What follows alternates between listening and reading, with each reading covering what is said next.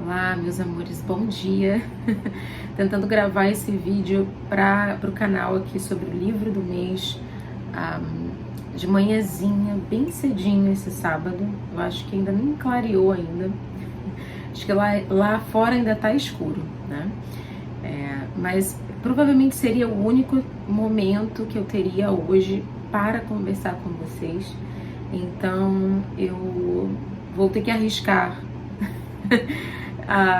estar soando aí com uma voz um pouco rouca e uma cara assim, sabe aquela cara de sono, toda inchada? Então, mas era o momento que eu ia ter esse sábado para conversar sobre esse livro incrível com vocês, que é A Liberdade é uma Escolha, da Edith Ever Eger, né? Gente, que livro interessante, tá? Primeiro, eu nunca tinha ouvido falar desse livro. Mais uma das minhas andanças pela Amazon.com me levaram a esse exemplar aqui. Tô lendo uma coisa ali, uma coisa aqui. E aí eu vi, na verdade, A Bailarina de Auschwitz, que é o primeiro livro que ela lança, né? Em A Bailarina de Auschwitz, ela conta a experiência dela em um vilarejo na Hungria, já com uma alta formação como bailarina, quando ela é levada para Auschwitz com a família dela, e lá ela é obrigada a dançar para ninguém menos que Mengele, aquela figura, né, absurda que nós temos na história humana. Ela vai narrar no livro A Bailarina de Auschwitz como que foi essa experiência dentro do campo de concentração. Eu não li esse livro, tá, gente? Então, eu só achei a chamada interessante e aí eu vi ao lado esse que é um lançamento de 2021 e foi publicado em 2020, no ano da pandemia. A Liberdade é uma Escolha, que em inglês não tem nada a ver com esse título. Em inglês, o nome do livro é The Gift, ou seja, o presente, que eu acho que faz mais sentido com o que isso daqui representa.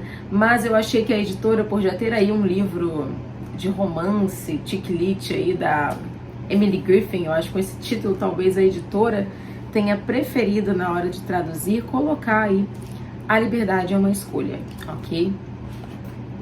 Pelo menos é isso que diz aqui na descrição da obra. Então é isso, gente. Aqui é a história de uma mulher que tem 90 anos hoje. E uma das razões para eu ter respeitado tanto ela é isso. Ela esperou uma vida inteira para escrever esse livro. Ela não saiu escrevendo esse livro quando jovem. Ela esperou um certo tempo, talvez, de cura para compartilhar as experiências dela. E eu acho isso muito bacana. Eu acho que a gente, às vezes, só pode falar com um certo tempo de perspectiva de uma certa experiência. Ela acabou se tornando psicóloga, psicanalista e terapeuta, né? Desde os 40 anos ela trabalha com pessoas que são também vítimas de estresse pós-traumático. E aqui na introdução ela vai contar pra gente que ela se sentia uma espécie de charlatã, porque ela ajudava as pessoas, mas ela sabia lá no interior dela que ela não tinha trabalhado uma série de questões do próprio passado dela como sobrevivente do Holocausto, né? Então ela vai dizer assim, né? Eu fugia do passado, negando e minimizando o luto e o trauma, fingindo e tentando agradar os outros, sendo perfeccionista, culpando Bela, o marido dela, por ressentimentos e desapontamentos crônicos, e buscava realizações como se elas pudessem compensar tudo o que eu perdi. Aí ela vai falar dessa história dela com a terapia cognitivo-comportamental, ok? Ela vai falar um pouquinho do trabalho do próprio Viktor Frankl, que é o fundador, criador da logoterapia, que também escreveu um livro muito bacana que se chama Em Busca do Sentido, onde ele vai falar de por que você sobrevive a uma situação como o Holocausto, como o aprisionamento em um campo de concentração, o que faz algumas pessoas sobreviverem aqui e outras não, né? Essa questão de você ter um sentido para a sua vida. Esse livro é muito interessante, eu indicaria também vocês né, a lerem. Eu vou indicar um outro aqui daqui a pouquinho. E ela inclusive vai falar aqui, por fim, uso o conhecimento compartilhado com meu querido mentor, amigo e companheiro sobrevivente de Auschwitz, Viktor Frankl, de que as piores experiências podem ser os melhores professores, pois catalisam descobertas inesperadas e nos abrem para novas possibilidades e perspectivas. Então, de muitas maneiras, o Viktor Frankl também vai dizer que aquela experiência deu a ele a oportunidade de entender coisas sobre ele mesmo, sobre a vida que ele não teria tido em outras circunstâncias, ok? Então assim, é difícil pra gente pensar que talvez aquela pessoa seja grata pela experiência que ela viveu, porque aquela experiência ensinou algo a ela. E a gente talvez não tenha noção, gente, de quão pesado é você ter passado por uma coisa dessas e ter sobrevivido. Quando milhares e milhares de pessoas morreram, você sobreviveu. Isso tem uma carga, isso tem um peso, né? Então, numa situação dessa, você tem realmente que buscar um sentido, um significado. Por que eu sobrevivi? Ela vai explicar pra gente como a liberdade é você ter escolhas, né? Então, se você não tem escolhas, você não é livre. E muitas vezes a nossa mente, ela tem ali, ela vai criando subterfúgios e sabotagens que nos impedem de ver as nossas escolhas. E isso nos torna escravos, de certa forma, de nós mesmos, ok? Por isso que ela vai falar das prisões mentais. Eu comentei com vocês no vídeo do livro do mês do ano passado, que foi O Cavaleiro Preso na Armadura, que também fala desses castelos dentro dele, né? Que ele precisava conquistar esses castelos de proteção, de prisão do próprio eu, para ele poder ser mais, para ele entrar na jornada do indivíduo que ele é, né? Ele aceitar quem ele é, ao invés daquela imagem que ele quer transmitir. Ela vai falar um pouco sobre isso também, né?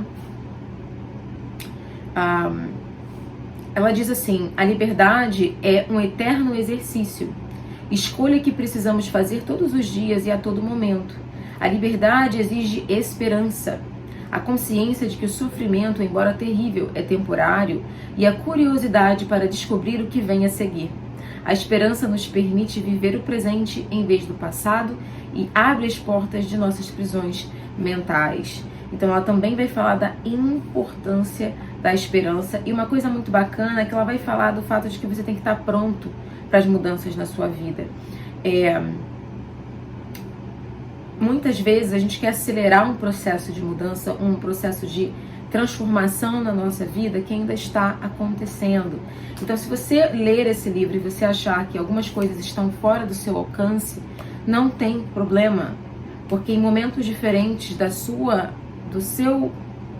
transformação, do seu processo de autoconhecimento, autodesenvolvimento e busca do seu próprio sentido de vida, você vai encontrar essa leitura de uma maneira diferente.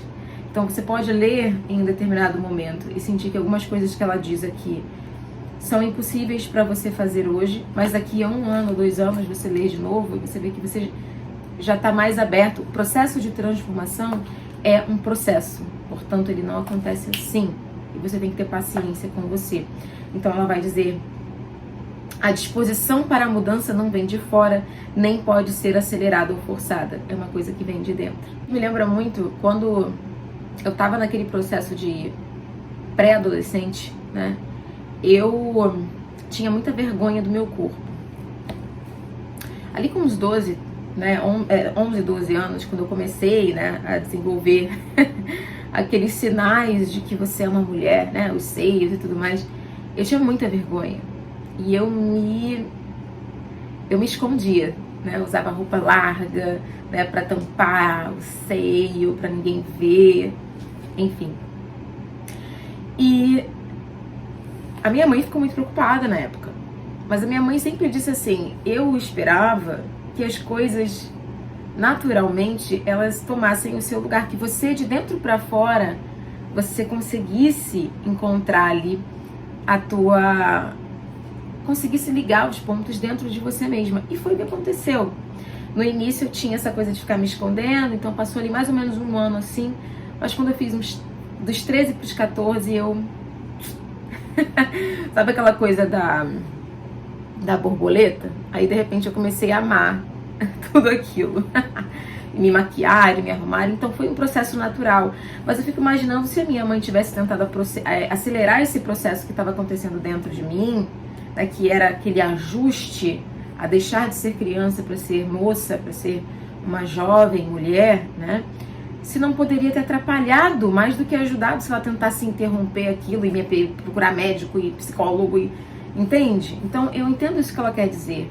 Algumas coisas são um processo quando a gente fala da nossa cabeça. A gente tem que se dar ali o tempo para aquilo fazer sentido.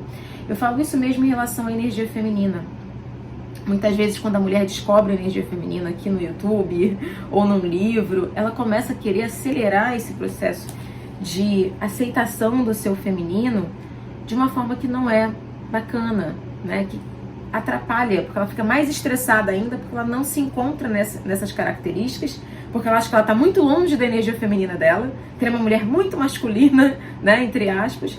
Quer dizer, aquilo se torna mais uma forma de autoflagelo, né? E aí não é isso, não é para isso, não é para isso que existe você trabalhar a sua energia feminina. Então eu entendo o que ela quer dizer. Não adianta você pegar esse livro aqui e falar, esse livro vai mudar a minha vida e tal, e calma.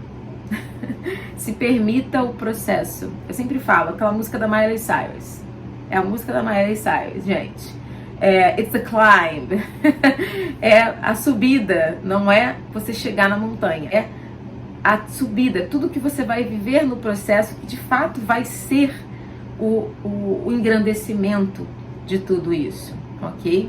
Então é bem bacana ela já começar o livro tirando esse peso de que você tem que melhorar, de que você tem que alcançar ali na tua vida esse super bem-estar do qual você ouve falar por aí. Com a mente nada é rápido, ok? Tudo na mente é tempo, processo. Sim, uma coisa que a gente precisa entender é que é um livro de memórias também. Não é só um livro...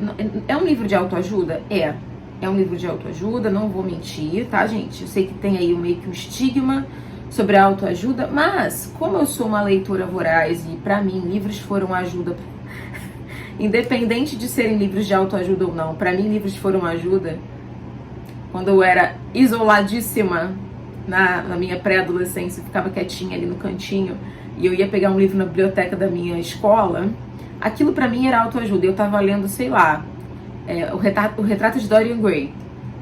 E pra mim foi um livro que me ajudou muito naquele momento. Então, não é um livro de autoajuda, mas foi autoajuda. Então, pra mim, todo livro pode ser autoajuda. Mas esse daqui, ele se propõe realmente a ajudar você a ter ali maior consciência das suas autossabotagens. Então, aqui é um livro de memórias. Eu vi gente reclamando nos comentários lá na Amazon que ela fica se elogiando ou elogiando a família dela, né? Ela fica falando da filha, do marido da filha, dos netos. Gente, é um livro de memórias que junto ela vai usar, pegando exemplos práticos da vida dela ou dos pacientes dela para ajudar você nas questões da sua vida. Porque a experiência humana, ela é coletiva, ela é individual, mas ela também é coletiva. A gente meio que todo mundo passa em algum momento pelas mesmas coisas, né? Então serve você pegar exemplos da sua vida ou da vida dos seus pacientes, no caso dela que é uma terapeuta, para você tentar ajudar as outras pessoas, tá bom? Então é um livro de memórias, ela vai falar da vida dela, ela vai falar da superação dela, da superação dos filhos dela, ok? Isso aqui faz parte integral do texto da autora. Gostei muito da forma com a qual ela escreveu esse livro. Cada capítulo, ela deixa ali muito claro qual é a prisão mental da qual ela está falando e ela exemplifica aquilo. Então, por exemplo, aqui no capítulo 3 é a prisão da autonegligência. Né? Se autonegligenciar, não cuidar de você. E aí ela vai colocar, todos os outros relacionamentos vão terminar. Ou seja, o único relacionamento que você realmente vai ter pro resto da sua vida é com você. Então, se negligenciar não é uma boa estratégia na vida, ok? Então, assim, é muito bacana a forma como ela escolheu para transmitir essa mensagem, ok? Ela vai dizer assim, inclusive nesse capítulo, que é muito interessante. Na tentativa de motivar as crianças a se virarem bem por conta própria, Muitas famílias criam uma cultura de realizações em que o ser da criança se entrelaça com o seu fazer. Assim, a criança aprende que sua importância se deve não ao que ela é, mas ao seu desempenho e comportamento. Isso aqui, gente, é algo que afeta diretamente essa energia feminina, né? A nossa energia feminina. Porque a nossa energia feminina é justamente o nosso subjetivo, é justamente o lúdico na nossa experiência como mulher. Então, muitas vezes, a energia feminina não é algo que você consegue ver no fazer. Você só consegue sentir no ser, ok? Então, é uma coisa que não se justifica, né? Não é o seu ganha-pão, digamos assim. Então, acaba sendo uma coisa inútil. Veja como as pessoas, muitas vezes, veem a beleza, né? Como se a beleza fosse uma coisa inútil. Como se fosse inútil você decorar um espaço. Como se fosse inútil você se decorar, ok? A estética como algo inútil. A estética é uma forma da gente trabalhar o nosso subjetivo, né? A maquiagem é uma forma da gente trabalhar o nosso subjetivo. Então, ela tá falando aqui disso, né? Das coisas que não têm utilidade, mas que são extremamente importantes, né? Você é uma coisa que talvez não tenha utilidade. Pensa, é um ser humano pequenininho aí no meio de milhares e milhares de pessoas, né? Qual é o seu valor de fato? O seu valor é em quem você é, não no que você faz, né? Porque, por exemplo, se você tem ali, vamos dizer que você é uma publicitária, quantos publicitários existem por aí trabalhando em ativa, né? Milhares. Você vê canal no YouTube, milhares, né? Se você for achar que é aquilo que você faz e o resultado que isso traz para você que define o seu valor, aí você tá ferrado mesmo. Seu valor está em ser intrinsecamente alguém, um indivíduo, uma alma, uma pessoa.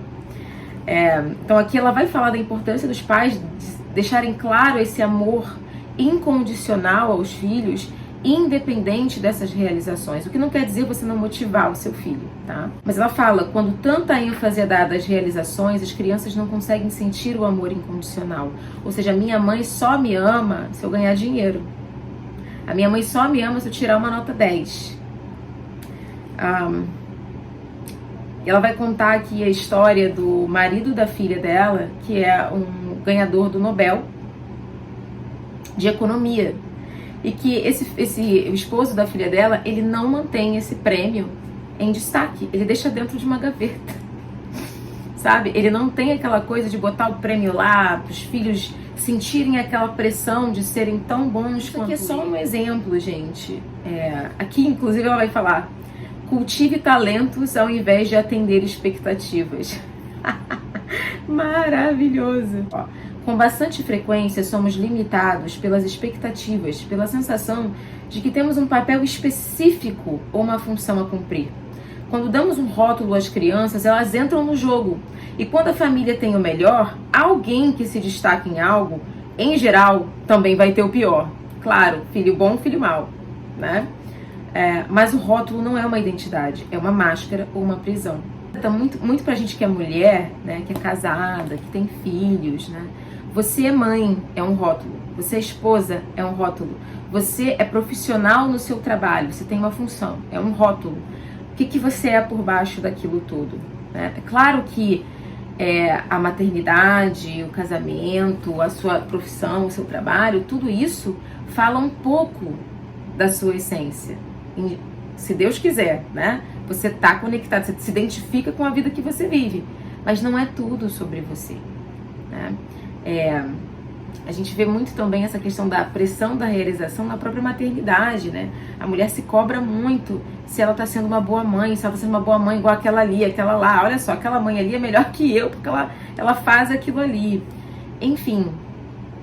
Então, assim, existe muito essa coisa do julgamento da expectativa do que você tem que ser, ao invés de uma aceitação de quem você é, com as suas limitações e também com os seus talentos naturais, né? E ela vai falar aqui desse caminho de você buscar muito mais a exploração do seu talento natural, da sua criatividade natural, do que necessariamente você corresponder a uma expectativa sua ou de outras pessoas, de quem ou do que você tem que ser, né? E aqui é só um capítulo, gente. Tem muitas outras coisas interessantes aqui, né? Pra vocês terem uma noção, o livro tem 12 capítulos e cada um vai falar de uma atitude perante a vida e de uma mentalidade que te atrapalha, né? Então aqui, por exemplo, ela vai falar logo no primeiro capítulo da vitimização, que é um problema muito grave para as mulheres, inclusive. Uma coisa que a gente vê muitas vezes no feminino é essa tendência a não se responsabilizar pela própria vida, né? Achar que alguém tem que resolver aquilo pra você. Claro, os homens também têm, tá, gente? Mas em geral eu percebo muito isso nas mulheres. Acredito que uma parte nossa, como mulher, tem essa esperança de que a nossa vida vai ser resolvida por uma outra pessoa, ou por alguma coisa que a gente faça, né? Mas é o que eu até comentei no vídeo de leituras da semana, né? O peso da vida existe, né? O peso da existência existe. Ninguém pode carregar o peso da minha existência, das minhas questões, das minhas dúvidas, dos meus questionamentos, do ser ou não ser de Hamlet, né? Você tem que fazer essa pergunta para você mesmo, né? Ser ou não ser, eis a questão. É você com você. Não dá para você terceirizar isso. E muitas vezes a gente, depois que você passa por uma situação difícil, você tende a se colocar como a vítima e ficar lá, né? E ela fala dessa calcificação da posição de vítima, de você se enrijecer nessa posição, né? E você só ver a vida como um jogo de algoz e vítima, algoz e vítima. Vítimas não conseguem sair da sua posição. Portanto, é um lugar em que você não precisa fazer nada para mudar a sua vida, para melhorar a sua situação, né? Você já se colocou como a vítima, você vai se sacrificar, você vai sofrer, então você também não vai tomar responsabilidade. Achei sensacional o capítulo 2, em que ela vai falar da negação, de você negar o que você sente, e aí ela vai usar o título Sem Prozac em Auschwitz. Ou seja, não tem como você se automedicar, se auto-embotar, para você não sentir as coisas que você sente lá no campo de concentração. Você tem que sentir aquilo ali que você está vivenciando. E nós hoje, principalmente as mulheres, tá, gente? Mas os homens também, tem essa coisa de tomar remédio. É inacreditável quando você para você conversar o quanto as mulheres, elas realmente se automedicam com esses medicamentos tarja preta, ok? Para não sentir. E lembrem, as meninas que consomem o meu conteúdo de energia feminina, o quanto a energia feminina está conectado com aquilo que a gente sente. A prisão dos segredos, capítulo 4. Essa questão dos segredos também é muito importante. Segredos criam monstros. Isso é uma coisa que eu aprendi na minha vida. Quanto mais eu mantenho uma coisa na minha cabeça e eu tenho dificuldade de falar sobre aquilo, mais monstros eu tô criando dentro de mim. Então, uma coisa que eu, na minha vida hoje, eu tendo a levar em conta, e eu oriento qualquer pessoa que queira ouvir, não tenha segredos cabeludos. Não tenha medo de alguma coisa da sua vida. Se você sente alguma coisa, fale. Essa interiorização dos segredos, se você passou por uma situação de abuso, enfim, por uma tragédia interior e você não contou pra ninguém, isso vai se tornar cada vez maior aqui na sua cabeça. Então, falar é a coisa mais importante, ok? Se expressar. Tanto que ela vai falar, o oposto de depressão é expressão, né? Ou seja, você falar, você exprimir aquilo que está acontecendo com você. Ela vai falar da culpa, da vergonha, vai falar da prisão da culpa e da vergonha, a prisão do luto não resolvido. Já cansei de falar sobre isso. Eu tenho uma cliente que uma vez ela falou pra mim que ela tinha sofrido um aborto natural, né? Ela estava grávida, ela sofreu um aborto natural e ela foi trabalhar e, enfim, ela passou ali pela curetagem e tal, foi trabalhar como se nada tivesse acontecido. Gente, é um passar por cima do seu luto interno, do seu autocuidado muito grande. A gente faz isso porque o mundo moderno não entende o luto. O mundo que nós vivemos hoje não permite o luto. Sua mãe morreu 3 dias, 4 dias, você tem que trabalhar. O mundo de hoje é voltado para produção. Você é se você produz, sua essência está voltada para a produção, e se você não produz, você é inútil. E uma pessoa em luto é uma pessoa que não produz. Só que o luto ele não desaparece porque você volta para o seu trabalho. Ele continua aqui e ele continua aqui. Então ela vai falar, né, dessa questão do luto não vivido e vai falar sobre a própria experiência dela por não ter vivido os lutos da maneira ideal. Ela vai falar como ela sobreviveu a Auschwitz e depois ela conseguiu fugir, sobreviveram ao comunismo também, tá? Porque naquela época, gente, era assim, tá? Você tava saindo aqui do nazismo e aqui do comunismo. No contexto dela, ela fugiu do nazismo aqui e depois tinha os comunistas vindo em cima dela, do marido dela aqui. Então eles fogem para os Estados Unidos, né?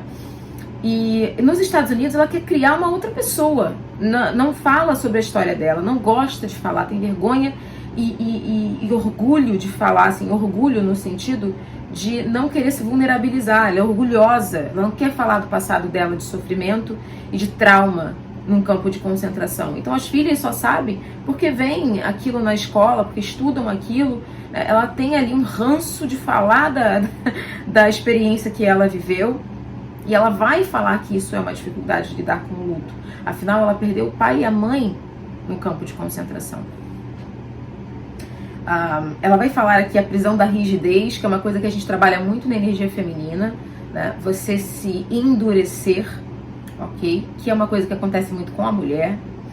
A prisão do ressentimento, a prisão do medo paralisante, a prisão do julgamento, a prisão da desesperança e a prisão de não perdoar. Muito bacana. Aqui, gente, peraí. Eu lembrei muito enquanto eu li esse livro, por alguma razão, dessa menina aqui, chamada Anne Frank. Essa menina, se tivesse sobrevivido ao Holocausto, será que ela teria sido essa mulher aqui? Anne Frank, para quem estava escondido numa caverna de Platão aí e nunca ouviu falar de Anne Frank, ela foi uma jovem de 12 anos, uma menininha de 12, acho que era 11, 12 anos, 13 anos, que foi enviada para Auschwitz, e eu acho que foi Auschwitz, e faleceu, obviamente, né, no campo de concentração, junto com toda a sua família. Acho que só o pai sobreviveu, que é quem depois publica esses diários que ela deixou enquanto ela estava ali, enquanto a família dela estava nesse lugar escondido dentro da casa, dentro do apartamento, se eu não me engano, de uma pessoa muito bacana que permitiu que eles ficassem ali. Se eu não me engano, isso foi na Holanda, tá, gente? Foi na Holanda. E Anne Frank deixou esses diários. Vejam que em meio àquela confusão absoluta, aquela espada da morte em cima da cabeça dela e da família dela, essa menina escreveu todas essas páginas aqui como cartas, né? Como narrativas ali em primeira pessoa, dela contando o que estava acontecendo a cada dia, né? Segunda-feira, 24 de janeiro de 1944, e o que estava acontecendo e ali dentro daquele bunkerzinho, daquela pequena prisão que ela estava vivendo, ela teve experiências de amor, de raiva, de experiências típicas da adolescência, onde ela fica irritada com a mãe, ela fica irritada com o pai, mas ela também tem insights incríveis sobre a vida humana, sobre a vida, né? Tem um momento que me lembrou muito o livro da Edith Eva Eger. Eu olhei, gente, para não falar errado o nome da senhora, né? Em que ela vai dizer assim, me lembrou esse livro. Nesses momentos não penso na infelicidade, e sim na beleza que permanece. É nisso que eu e mamãe somos muito diferentes.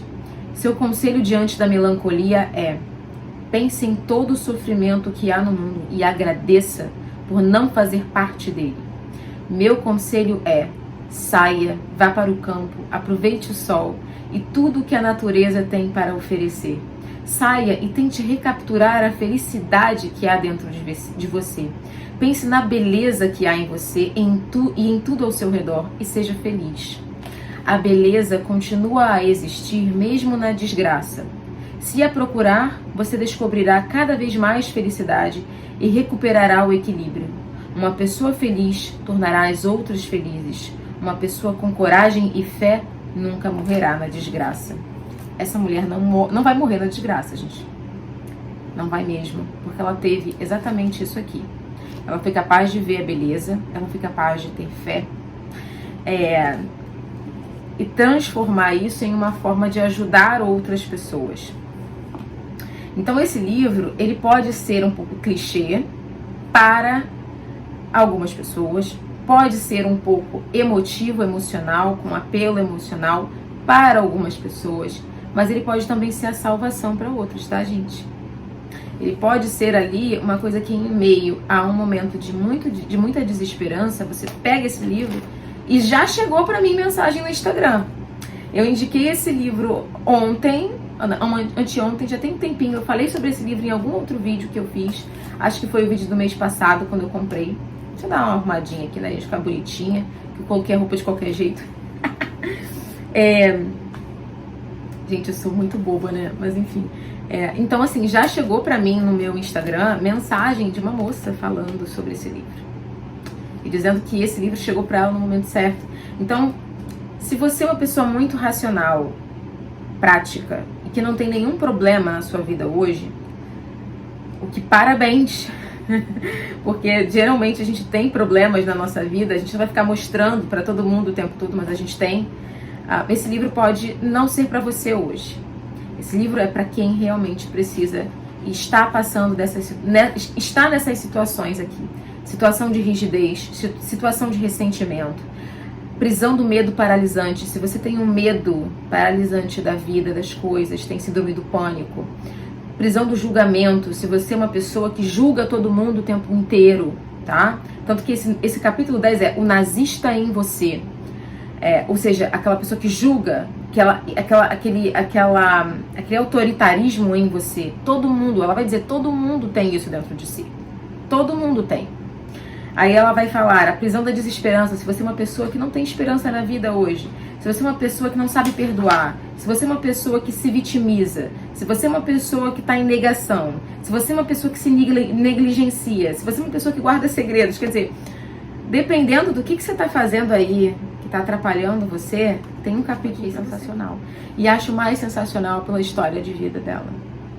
Tem vários vídeos dessa autora aí no YouTube. Ela foi na Oprah, ela foi principalmente num cara que eu gosto muito, que é o Ryan... Ai, meu Deus. Peraí. Ai, gente, eu vou botar o nome dele aqui embaixo. Eu sempre esqueço o sobrenome dele. Mas ele fala sobre estoicismo, sobre os estoicos. Ele tem livros falando sobre a visão estoica. Gente, eu gosto muito do estoicismo, tá? Como filosofia de vida, eu tenho uma certa atração pelo estoicismo. E não, o estoicismo não é rigidez. Tem gente que acha isso, mas pesquisem sobre o estoicismo que vocês vão ver que não é isso daí, não. E ele fala muito... Ryan Holiday. Eu acho que é Holiday. Eu vou colocar aqui embaixo. Ele fala muito, e ele fez uma entrevista com ela bem bacana, acho que durante a pandemia, porque esse livro saiu a tempo para a pandemia, gente. Esse livro saiu a tempo para muitas pessoas, eu me incluo, que passaram ali por um período de adaptação difícil, de uma situação que a gente nunca tinha visto na vida, ok? De um medo, de uma coisa que a gente não conseguia nem ver, que é o vírus, que é um vírus, ok? Que também foi muito alimentado pela mídia, enfim. Esse livro aqui tem uma mensagem para qualquer pessoa que pegue, desde que essa pessoa se abra para a mensagem, né, gente? Então é isso. Teria outras coisas para eu falar. Eu fiz aqui um monte de anotaçõezinhas, mas muitas vezes eu tendo a preferir ser mais espontânea na minha maneira de me comunicar do que ficar ali muito presa ao que eu escrevi, né? De qualquer maneira, esse é o livro do mês, porque eu acredito que pode ajudar muitas das pessoas, mulheres e homens também, que assistem ao meu canal. Um beijo pra vocês. Fiquem com Deus e a gente se vê no próximo vídeo.